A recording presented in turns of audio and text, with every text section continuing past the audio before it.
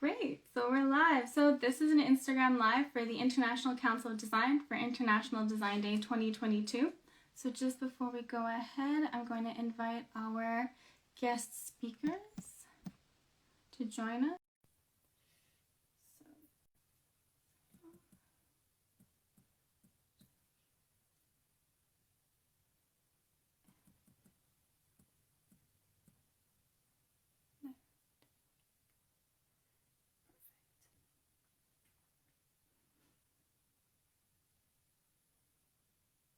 Very cool, great. So as we wait for our speakers to join us, I'll just go ahead and do a quick introduction. So my name is Marnie Guillaume Bichulo, and I'm the social media coordinator at ICoD.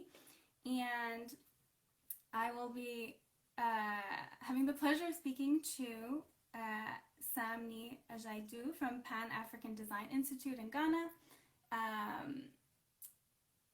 Adrian from Nairobi Design Week in Kenya, and Charrisse Johnston from the African Institute of the Interior Design Professions in South Africa.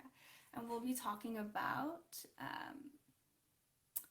and we'll be talking about this year's theme, Suspended in Transition. So let me just see if we can get this working.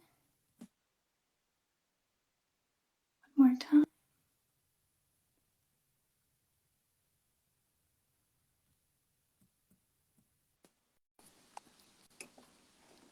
Charrisse is here. Hello, Charrisse. Hello. Hi. How about I ask you to give a short introduction of yourself while I try to get the other guests on the call? Oh my goodness, you're putting me on the spot now.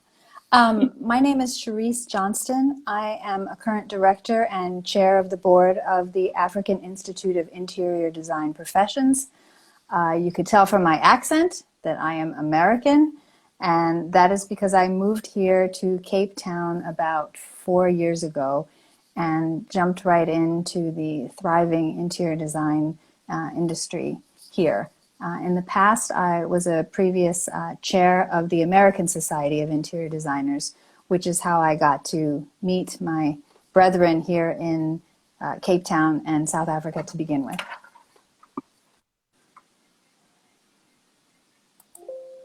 Perfect, that's great. Thank you, Charrisse. Let's see if we can get the others on this call.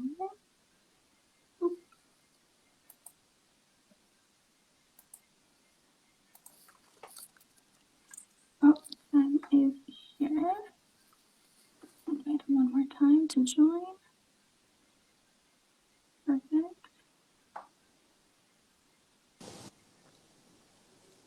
Hello, Sam. Hello, Marnie. Hello, Charrisse. Hi, Sam. How are you? Oh. Good. Good. Great. I just wanted to ask you, Sam, if you could give us a short introduction of yourself as well. All right, so I'm Samni Adjaidoo, team leader of Institute of Design and Synergistics and then Dream Brand Advertising, a board member of PADI, that is Pan-Afrikan Design Institute in Africa. And thank you very much. Nice, short and sweet. Perfect. Okay, so we're still waiting for Adrian to join. So maybe. Let's see. Oh. Oh, we have Adrian. Amazing. Hi. Hello, I've been clicking request and it's finally let me in. So good to see you all. Perfect. Good. Well, Adrian, you're the last to arrive. You want to give us a short introduction of yourself and then we can get to the question? Sure. My name is Adrian Jankowiak. I'm a industrial designer and a creative director, and I'm the founder of Nairobi Design Week, which is an annual festival that just took place, and a community design studio where we undertake our own programs and projects. Very cool. Nice. Great. So the International Council of Design has invited you all to speak on this year's theme, which is Suspended in Transition. Just a really quick thing about the theme. It's like, so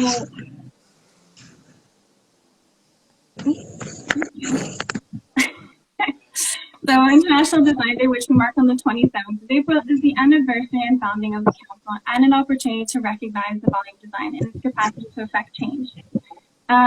This year, our theme is Suspended in Transition, and basically we talk about this place that we find ourselves, where it's like an in-between liminal space between a past that no longer exists and uncertain futures.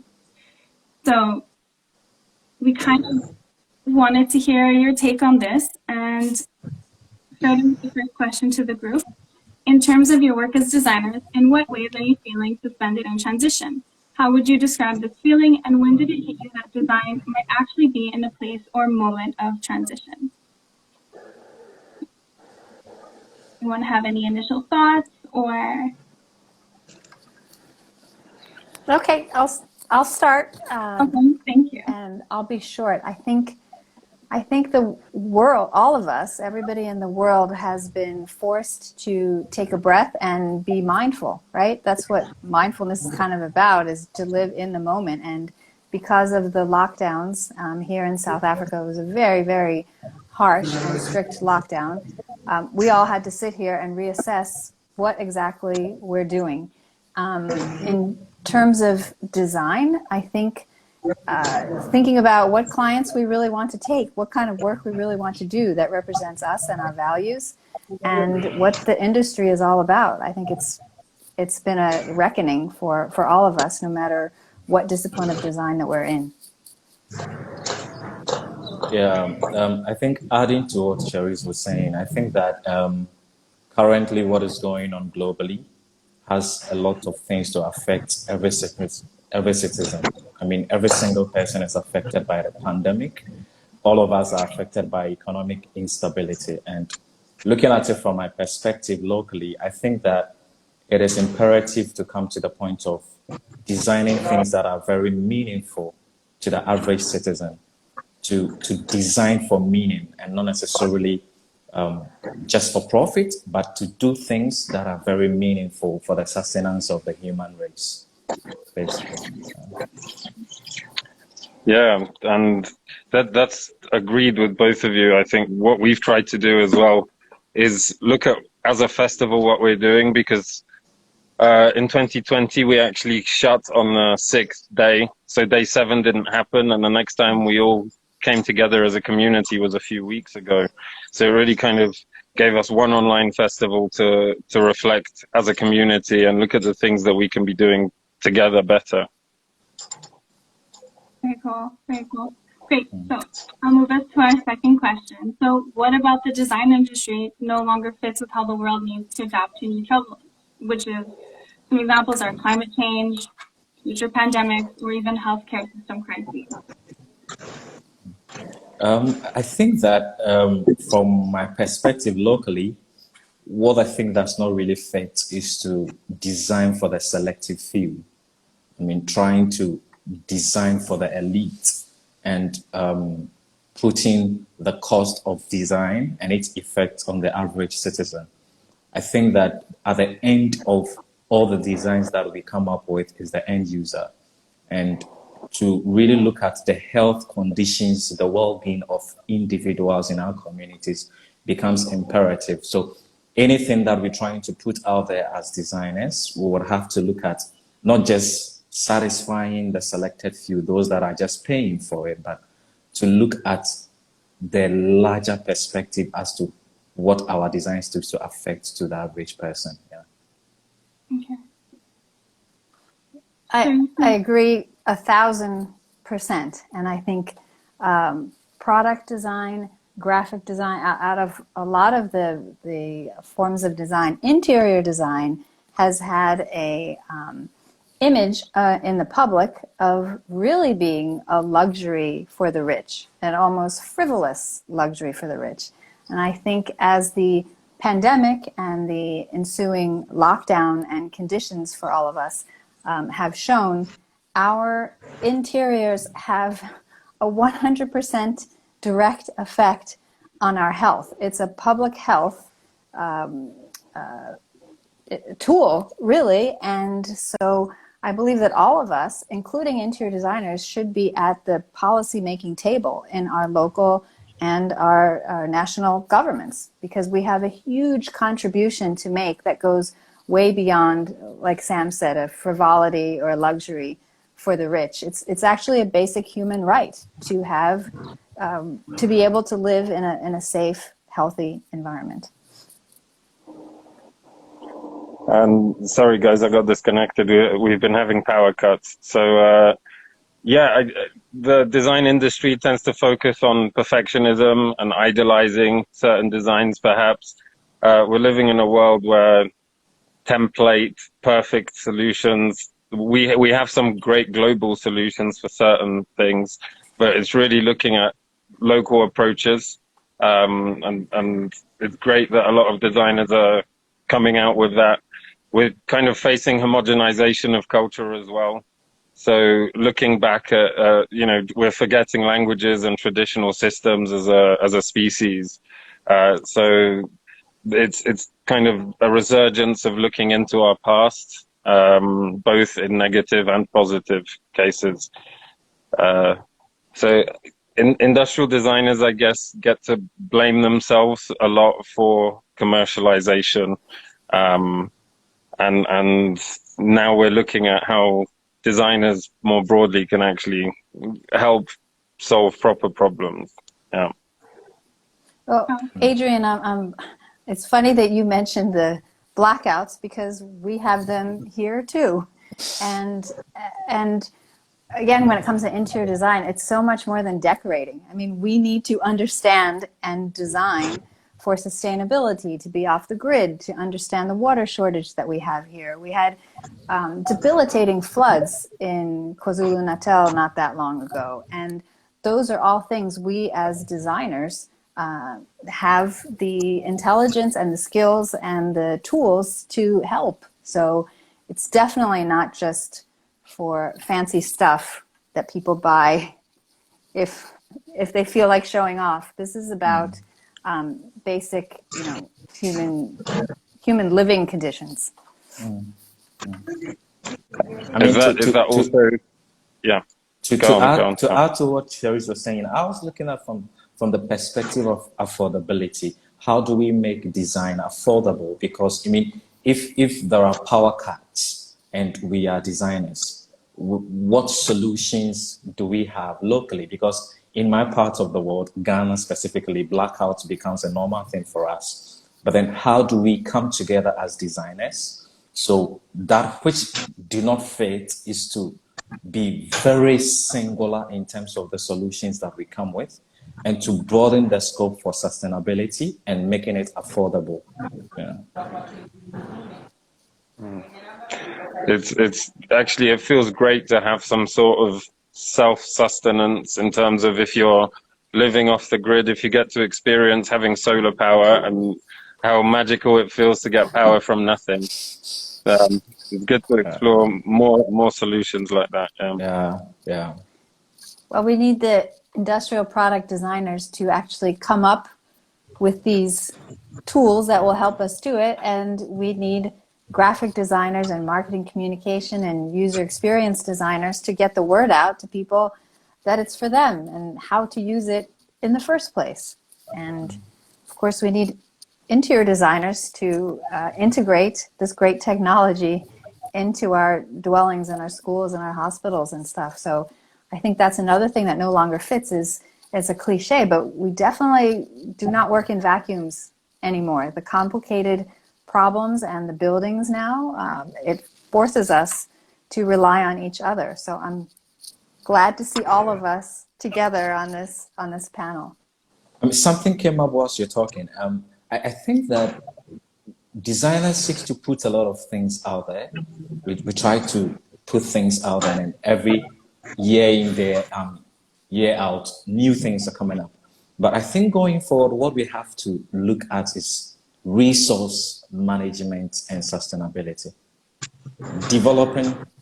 What I'm trying to see not fitting is long-lasting solutions because of how we manage things as global citizens. So let's say that there is solar energy. How do I develop solutions? How do I design systems that would help the average citizen to manage the available resource in terms of energy, in terms of security, in terms of healthcare. How do we collaborate as design policymakers to help citizens manage the kind of solutions that are already available to us? Yeah, Sam, what you're really talking about is systems thinking, right? Yeah, yeah. Systems thinking, not just disciplines as I'm talking about, but balancing the resources and sharing them in times of need among each other, and not just within countries, but hopefully across the African continent. So the ingenuity is there. It's definitely there. And I know that's a whole other topic, Sam, that you've gotten into, taking pride in our local design ingenuity and creativity. So the more we have forums such as this, thank you to ICoD, the more we meet each other and we can work with each other. So if you're okay, we want to move on to another question. Or Adrian, did you want to add something just before? Well, it got me thinking. What you said about systems thinking is that designers are a future designer is perhaps someone who knows how to use the tools available rather than focusing on specific tools. In terms of tools, design is so democratized now that 9-year-olds can do what professional filmmakers couldn't do before. You've got Paint 3D on Windows, just like I was using Paint for the first time on Windows 3.1, and so all these tools are there, and really designers, I keep telling designers to think of themselves as taxi drivers who are also, as soon as companies can get rid of that human component, they will. And in terms of certain skill sets, if you're just focusing on being great at Illustrator or layouts, that's stuff that, first of all, you don't need a formal education for. So those formally educated designers are almost at more risk of not seeing this. And then AI coming in, and meaning that traditional design jobs will become more automated. So if you want to do 100 layouts for a poster with certain different content, I'm sure there will be tools for that. And there are already AI designers fooling us, aren't there? So I guess there will be a recurrence of manual design, as we've seen vinyl records and film photography as well, one step further. Great. Well, the next question will kind of help you guys elaborate a little bit on these points that you've been talking on. Basically, I want to know a bit more of what positive or negative shifts you're feeling in the design industry right now. And what opportunities do you see for design to take up a greater place in solving larger scale issues like climate change, future pandemics, health crises, or even to solve smaller but critical issues that affect the quality of life for lots of people? Well, in interior design, there's a buzzword that's been around for a while, but I think is really resonating today, and that's called evidence-based design. And it originated in healthcare design, and it's really about measuring the actual impact of the design, the before and an after. So demonstrating how design really helped someone for the better.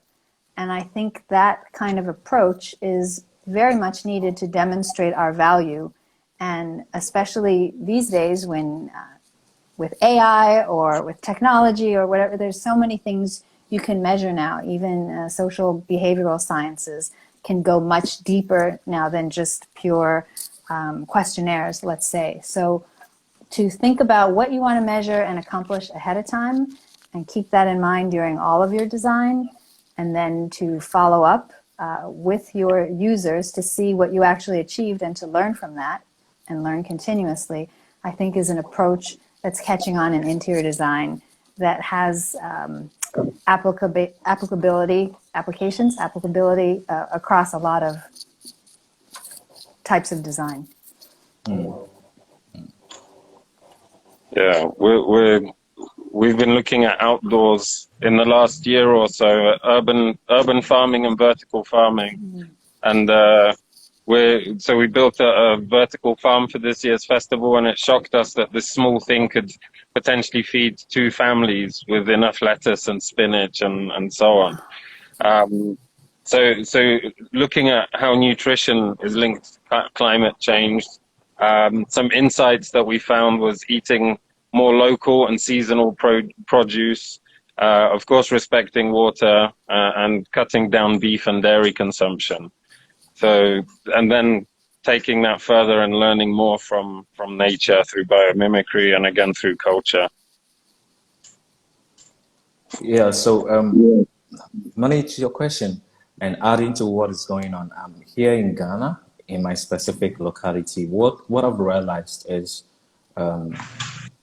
the generality of the definition of design being just graphic or maybe computer art or something, but there is one aspect that I think that becomes a very positive trend or feeling that I think as designers we should look at is design leadership, or you may call it leadership design, where designers specifically, because the world is already in its transition and the uncertainties are a lot. I mean, the way the world is now unpredictable is you need to be moving with a transition, and we need people to be ahead of time to prepare society for what is ahead. And for us here, my team and what we're trying to do is to try and then use the tools of design to develop systems or solutions that are going to prepare the current crop of designers or people to be able to be solutions in the nearest future. For example, in Ghana, the average citizen has less knowledge about their health and even access to health or availability of health. And we found that even the industry itself may not necessarily be willing to invest that much in that area to educate and empower the average citizen concerning their health. And as a graphic designer, to lead in that particular field, to take the lead ahead to develop solutions or systems that would actually help the average citizen to understand what is going on health-wise, I think is to prepare for the next pandemic. Because if we do not lead, if we do not raise leaders to move ahead, to think ahead, to bring up solutions that are far ahead, then we stand to be unprepared for the next crisis. So that is the feeling I have, that there's a great opportunity for us to develop leaders as designers. Just to add to that as well, that kind of seeing collaboration as something that's cool, and now we have all the information that's there available and the ways to communicate across continents. So it's just about how platforms and people are coming together to achieve some of these goals. You know, one thing that occurred to me while you were both talking, it reminded me of something that David Grossman, a past president of ICoD, said at the meeting in a couple years ago that has stuck with me since, and that is that what we designers do, what clients pay us for, is not a thing. It's not the actual poster or living room or product, because like you said, Adrian, AI and technology can start churning those things out. What they're paying us for, and that a machine cannot duplicate, is our intelligence and our experience and our ability to draw inferences and apply knowledge from one area to another. So that is what you're talking about, Sam, right? As leadership, it's not the thing in itself. It's teaching people a way to think and to approach problems and to solve problems.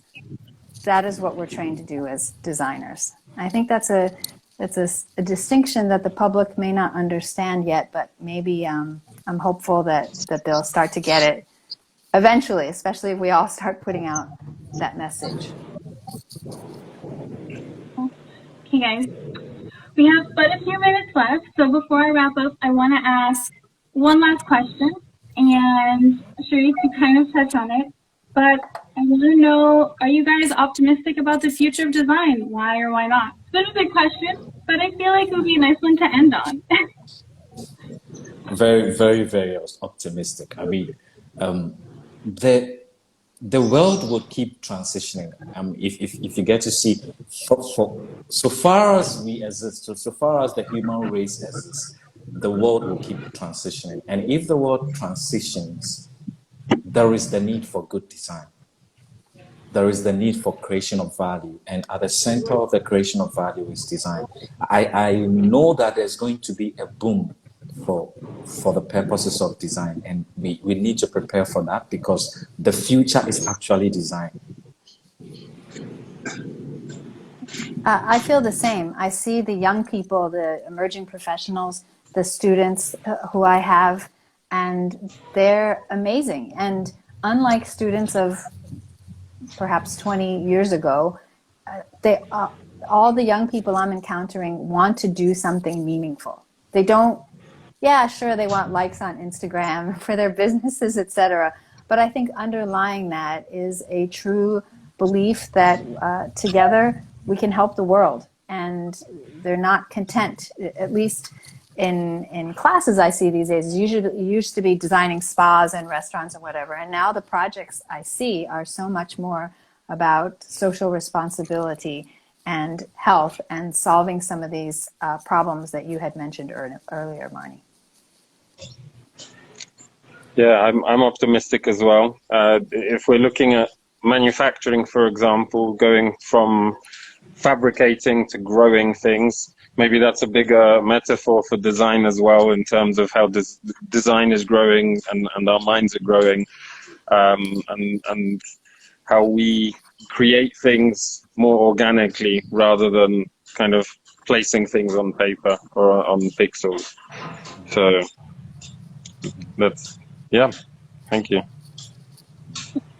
Okay, guys. Well, I think that's going to be about it for the Africa Instagram Live for International Design Day 2022. I want to thank Charrisse, Sam, and Adrian for joining me. You guys, that was a really fantastic discussion. I really enjoyed hearing what you guys had to say, and I think that was really insightful. And I hope that, you know, with today we can kind of like reflect a bit more on design, where it's going. And of course, I guess happy International Design Day, right? Yeah, happy International Design Day, man. Awesome. All right, guys. Thank you so much. Thank you. Thank you, Manny. Bye-bye. Bye. Bye-bye, Adrian. Have a great design day. See you, Sam. See you, Chris. Yeah, bye-bye. Bye.